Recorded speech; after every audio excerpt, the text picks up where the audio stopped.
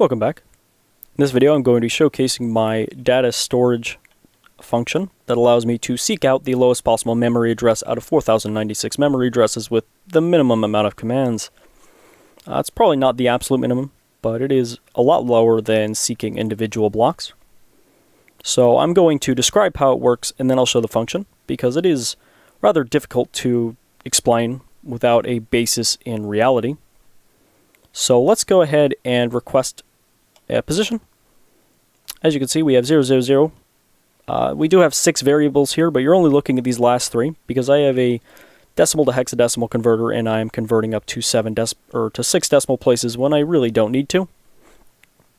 But it is for any other calculations I need to do that's not related specifically to this, because it is a much greater utility than just X, Y, and Z calculation.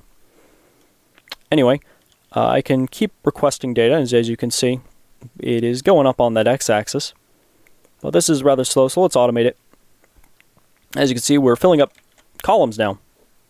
Going pretty fast. We're doing 20 blocks a second. I can request this function as many times as I want in a single game tick until I hit the function or the commands per tick limit, basically. So I can do a lot of very fast data calculation, knowing where to place the next set of data within just a single function. So let's go ahead and stop this and talk about how it's working. We will describe it first, and then we will talk about it looking at some files. So let's go ahead and punch that real quick. Let's go ahead and surround this with some stone so we know what block we are messing with. And let's go ahead and request a new one. And as you see, we got 0, 6, 0. If we look at the block we're looking at, it is 0, 6, 0. So this will return the block we're looking at. Let's go ahead and do a little bit of a larger scale. We have basically filled up the entire chunk here that I'm using for storage, and let's just break a few blocks in it. Now let's request one. Now it's pretty obvious which one we filled, so let's go ahead and look at that. We got 0, 12, 13, and we are looking at block 0, 12, 13, and we can apply this to anywhere. Let's go ahead and go up there, and we'll break it. So we have 8, 15, 11, and if we look, we are looking at 8, 15, 11. So this works along any axis, and it will detect within this area. Anything outside this area, it can place outside this area, but it will not be able to read a valid output for outside this area. Let me show what happens. It will continue at infinitum. It will continue to add, hence this. I kind of accidentally let it go for a while. So it'll keep going. But as you can see, we are now in a different integer set. If you look down here, we're at 1, 13, 1, 1, and that is an integer that's not within our little realm here. So let's talk about how this works by talking about it first, because as I said, it's rather complicated. And let's just have it run while I talk about it. So what's happening here first is I do a compare on what I call a layer. It's basically a 15 by 15 by 1 section here. It's just a flat set of blocks. And what I do is, if this flat set of blocks has no error in it, meaning it's full of information, it cannot accept any more inputs, it will put on and rerun the function by teleporting it, then do another compare here. And it will keep doing that until it finds an error block within its own wafer. I'm going to just call them wafers, it's easier. And let's go ahead and pause this once it hits the bottom a little bit. There we go. So then after that, once it finds, so it's going to run 3 times here, that wafer check. Then at the 4th one, it's going to see that it has error. So it's going to push it along to the next function, which now is column detection. So what it'll do is it will detect the first column, which is at Y0.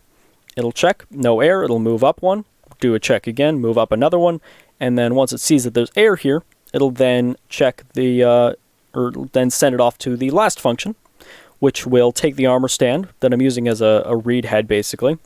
We'll take it from here, and it will keep teleporting it forward until it hits error, and then that is its final memory address. That is the address it'll read out. That's the address that it sends off to the decimal to hexadecimal converter. So, as I can show, if we just break some blocks in here, as I've already shown, it will place them back.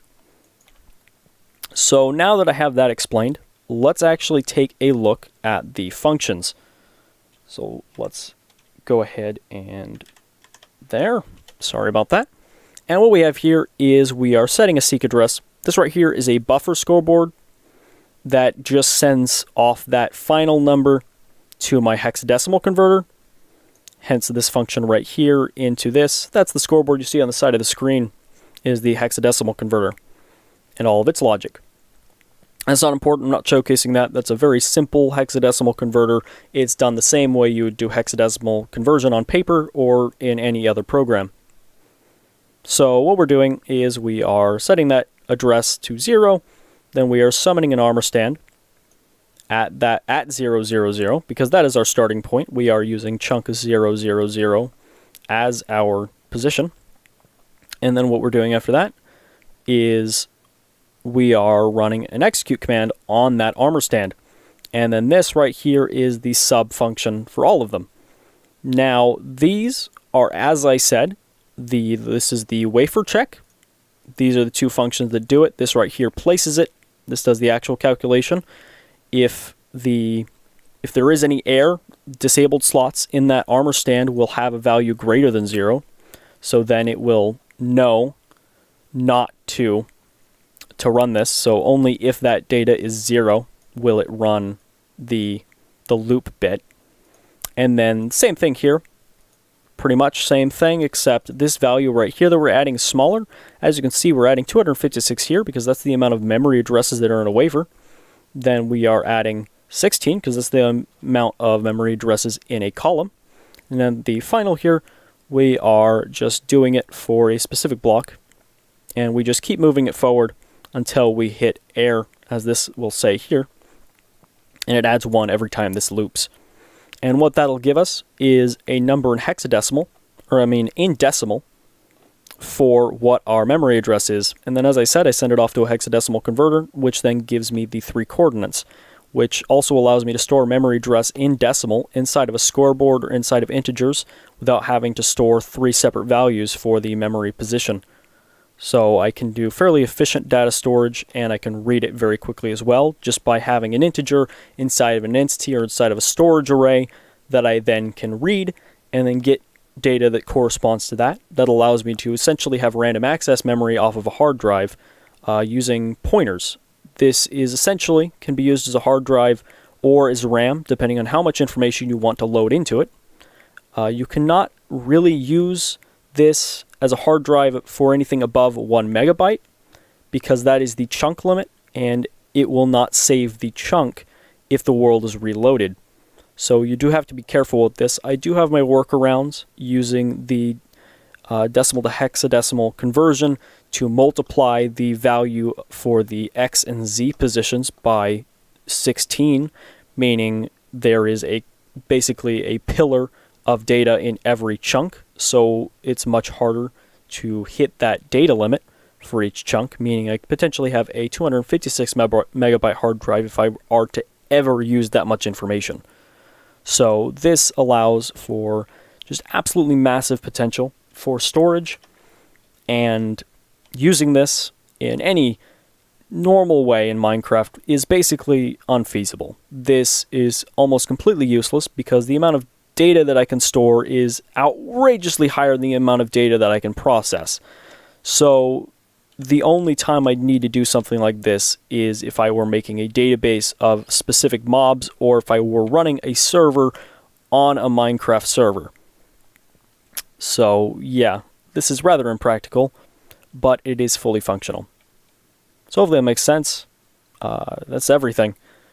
I will likely be coming up next with the data writing and showcasing, although I've already showcased it, I will be showcasing writing and reading memory into this using just a few commands, basically running a trigger and then inputting the memory address I want to read from, and based on the memory address that I've inputted, it'll output the data to me in an item or in a chest or something. We'll have my methods. I suppose we will see where that goes here in due time, but for now this is the data storage, the memory address locator. So yeah, thanks for watching. Catch y'all next time.